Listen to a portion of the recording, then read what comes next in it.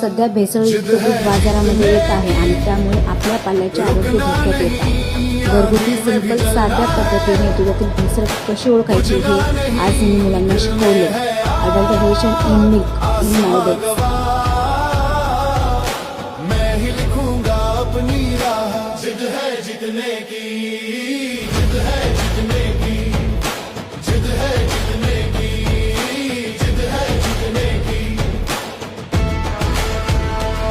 जो थक गए हैं उनको ठहरने दो, मैं तो सवेरा हूँ मुझे उभरने दो.